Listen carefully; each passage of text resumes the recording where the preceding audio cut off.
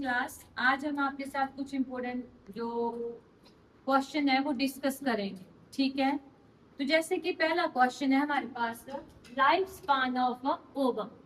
इसका मतलब है कि जो ओवम होती है वो कितना उसका लाइफ स्पान है, वो कितना जीती है। ठीक है, तो जो हमारे पास ओवम होती है, ओवम का जो लाइफ स्पान है वो है 24 आवर। ये क्वेश्चन आपने नहीं भूलना है क्योंकि ये क्वेश्चन जो है वो बहुत बार एग्जाम में आया हुआ है। तो जो लाइफ स्पान है आपके पास ओवम का वो है 24 डेज का। और दूसरा जो लाइफ स्पान होता है हमारे पास स्पर्म का। स्पर्म का जो लाइफ स्पान होता है वो होता है हमारे पास 72 आवर्स। कितने आवर्स होता है? 72 आवर्स होता है। ठीक है, अब इसके बाद हमने बोला एक क्वेश्चन, अगला क्वेश्चन बनता है, एक लाइन का क्वेश्चन होता है।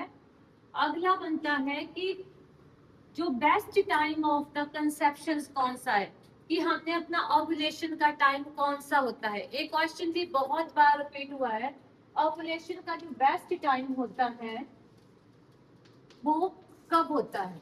तो हम इसको बोलेंगे 14 डेज, 14 दिन before the next menstrual cycle, यानी नेक्स्ट मेंस्ट्रुअल साइकिल आने से 24 दिन प्रायर, 14 दिन प्रायर, 14 डेज। बच्चे इसमें कंफ्यूज होते हैं, 14 डेज प्रायर की जगह आफ्टर कर देते हैं। तो फॉर एग्जाम्पल, इसको मैं एक एग्जाम्पल के साथ डिस्कस कर रही हूँ। जैसे आपका LMP जो है वो है आपका 21 मार्च का, तो जो नेक्स्ट होगा वो 14 डेज पहले होने के उसको ज्यादा चांसेस होंगे। तो आपने उस हिसाब से कर लेना, यानी 14 डेज बिफोर, पहले आपके नेक्स्ट LMP से। ठीक है, इसके बाद हमारे पास आ गया कि जब हमारे पास प्री एम्ब्रियोनिक पीरियड होता है, तो जो हमारा जाइगोट होता है, कौन होता है हमारा? एक जाइगोट होता है। फॉर एग्जाम्पल हमारा एक जाइगोट है। जाइगोट हम कब बोलते हैं? जाइगोट हमारा स्टार्ट होता है 3 वीक से लेकर के 8 वीक तक, जो होता है वो हमारा जाइगोट होता है। कौन सा होता है? 3 वीक से लेकर के 8 वीक तक हमारा जाइगोट होता है। अब जो 3 वीक से लेकर के 8 वीक तक हमारा जाइगोट होता है, जब ये 2 पार्ट में डिवाइड हो जाता है, एक होता है हमारे पास इनर सेल मास बोलते हैं और दूसरा बोलते हैं हम इसको आउटर सेल मास। तो ये क्वेश्चन जो है वो बहुत बार नर्सिंग एंट्रेंस एग्जाम में आया हुआ है कि आपका जो इनर सेल मास है वो क्या बनाता है। तो जो इनर सेल मास होता है वो क्या बनाता है? आपका एम्ब्रियोब्लास्ट। और जो आपका ऑटर का जो मैंने पहले भी बोल दिया, जो आपका ऑटर का जो सेल मास है वो किसके लिए रिस्पॉन्सिबल होता है?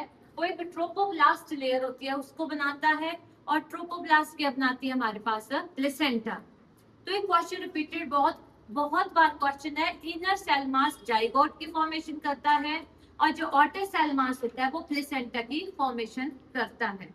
अब इसने बोला, अगला क्वेश्चन आता है हमारे पास, जब जाइगोट स्क्रीट द ह्यूमन फोरियन गोनेडोट्रोफिन को स्क्रीट करता है, तो उसके साथ वो और कौन कौन सी कॉर्पस ल्यूटियम के साथ कौन कौन सी और हार्मोन रिलीज होती है उसके साथ ही? जब हमारा HCG स्क्रीट होता है तो उसके साथ ही 2 हार्मोन बहुत ज्यादा इंपॉर्टेंट है जो स्क्रीट होती हैं, वो एक होती है एस्ट्रोजन और एक होती है हमारी प्रोजेस्टेरोन, जो प्लेसेंटा रिलीज करता है और ये हमारी प्रेगनेंसी को मेंटेन करने के लिए बहुत ही ज्यादा जरूरी है। अगला क्वेश्चन जो है हमारे पास है कि एम्ब्रियोनिक जो पीरियड होता है उसमें कौन सा पीरियड है और उसमें होता क्या है।